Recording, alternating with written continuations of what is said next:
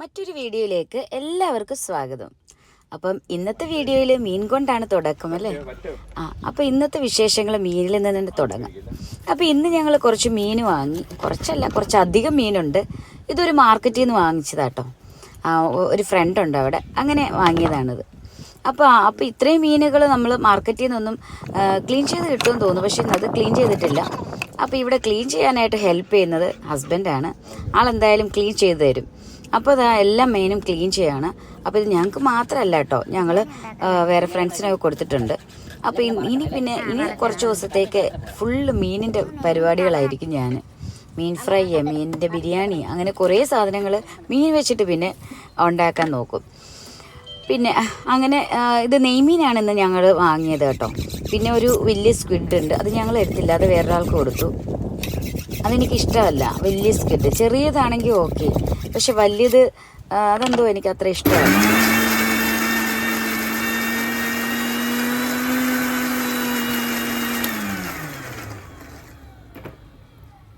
മീൻ ഇവിടെ ക്ലീൻ ചെയ്ത് ചെയ്തപ്പോഴേക്കും ഞാൻ എന്ത് ചെയ്തെന്നറിയാമോ?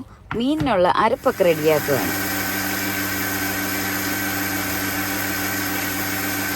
അപ്പം ഞാൻ വിചാരിച്ചു നെയ്മീനല്ലേ, വറുത്തരച്ചേനെ വെക്കാം അല്ലേ. അപ്പം എന്താ കിച്ചണിലൊക്കെ കയറി സെറ്റായി ഞാൻ റെഡിയായിട്ട് മീനൊക്കെ റെഡി ചെയ്യാനുള്ള കറിയൊക്കെ ഉണ്ടാക്കാനുള്ള തയ്യാറെടുപ്പിലാണ്. അപ്പം ഇന്ന് ഞാനിങ്ങനെ ഷോളൊക്കെ ഇട്ട് നല്ല അടക്കം ഒതുക്കത്തിലാണ് കിച്ചണിൽ നിൽക്കുന്നത്. അപ്പം എന്താന്ന് വെച്ചെങ്കിൽ ഇപ്പോൾ ഒരു ഗസ്റ്റ് ഉണ്ട് കേട്ടോ. ഇപ്പം ഇങ്ങോട്ട് ജസ്റ്റ് ഒന്ന് കയറിയിട്ട് പോകും. അപ്പോൾ അതുകൊണ്ട് ഞാൻ ഒന്ന് നല്ല രീതിയിൽ നീറ്റും ഡ്രസ്സൊക്കെ ഇട്ടിങ്ങനെ നിൽക്കുവാണ്. അപ്പോൾ ഇതാ അവർക്ക് ഞാൻ ചായയൊക്കെ ഇട്ട് റെഡിയാക്കിയിട്ടുണ്ട്. അപ്പോൾ ഒരല്പം ചായ ഇരുന്നിട്ടുണ്ടായിരുന്നു, നല്ല മസാല ടീ ആയിരുന്നു. അപ്പോൾ അതും ഇത്തിരി കുടിച്ചിട്ട് മീനുണ്ടാക്കാനുള്ള കാര്യങ്ങളൊക്കെ ഞാൻ കട്ട് ചെയ്യാമെന്ന് വിചാരിച്ചു. അപ്പോൾ വറുത്തരച്ച മീൻകറി, നിങ്ങൾക്ക് ഏത് മീൻകറിയാണ് ഇഷ്ടം? നെയ്മീനൊക്കെ ഞാൻ എന്ത് ചെയ്യും, വറുത്തരച്ച് വെക്കും.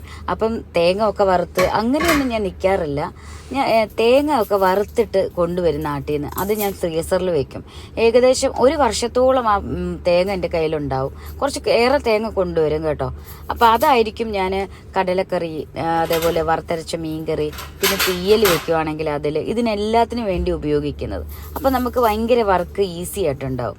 അതിപ്പം ഇവിടെ താമസിക്കുമെങ്കിൽ മാത്രമല്ല, നമ്മൾ നാട്ടിലാണെങ്കിലും അങ്ങനെ ഞങ്ങൾ വറുത്ത് വെക്കും. അപ്പോൾ വറുത്ത് വെക്കുമ്പം ഈസി ആയിട്ട് നമുക്ക് വേഗം കറിയൊക്കെ ഉണ്ടാക്കി വെക്കാനായിട്ട് പറ്റും.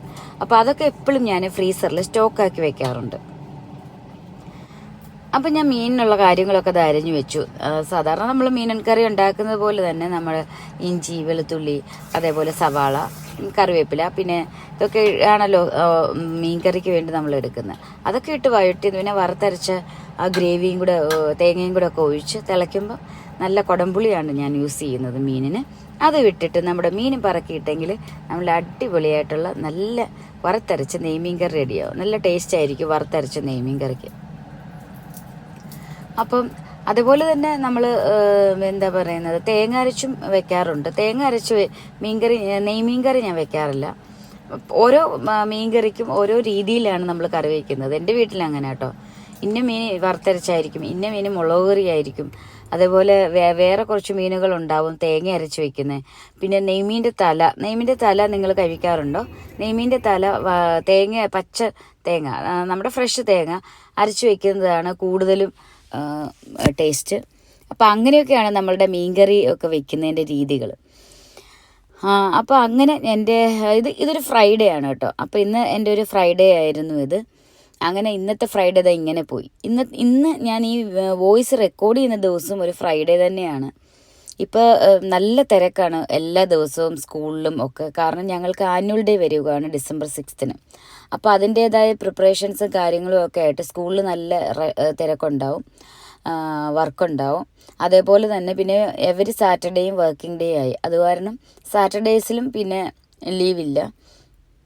ഇപ്പോൾ December 17th ഞങ്ങൾ വെയിറ്റ് ചെയ്യുവാണ്. കാരണം December 17th സ്കൂൾ ക്ലോസ് ചെയ്യുവാണ്. അപ്പം കുറേ വിൻ്റർ ബ്രേക്ക് ആയിട്ട് കുറച്ച് 18 days നമുക്ക് ഹോളിഡേയ്സ് ഉണ്ട്. അപ്പോൾ അതിനു വേണ്ടി നമ്മളിങ്ങനെ വെയിറ്റ് ചെയ്യണം. നമ്മൾ അങ്ങനെയല്ലേ, ഏതെങ്കിലും അവധി ദിവസം വരാനായിട്ട് വെയിറ്റ് ചെയ്യും.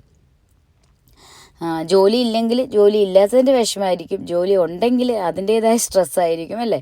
ജോലി തിരക്കിക്കൊണ്ടിരിക്കുവാണെങ്കിൽ കിട്ടുന്നില്ല എന്നുള്ള സങ്കടമാവും. ഇതെല്ലാം നമുക്കുണ്ടാവും, ഉണ്ടെങ്കിലും ഇല്ലെങ്കിലും കിട്ടിയില്ലെങ്കിലും എല്ലാം നമുക്ക് ഓരോരോ സ്ട്രെസ്സ് ഉണ്ടാവും. മനുഷ്യന് എല്ലാവരും അങ്ങനെ തന്നെയാണ്.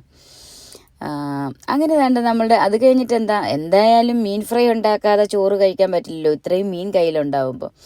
അങ്ങനെ ഞാൻ മീൻ ഫ്രൈ ഉണ്ടാക്കി. പിന്നെ അവസാനം ഇത് ഹസ്ബൻഡിൻ്റെ ആണ് കേട്ടോ ഈ ഒരു ഫുഡ്.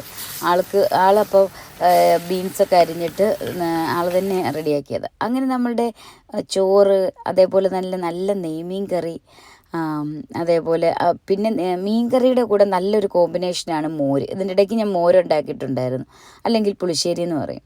അപ്പോൾ ബീൻസ് മെഴുക്ക് പുരട്ടി, പിന്നെ മോര് കറി, അതേപോലെ നമ്മുടെ ഫ്രൈ, പിന്നെ അച്ചാറൊക്കെ ഉണ്ട് കേട്ടോ, കാണിച്ചില്ലെന്നേ ഉള്ളൂ.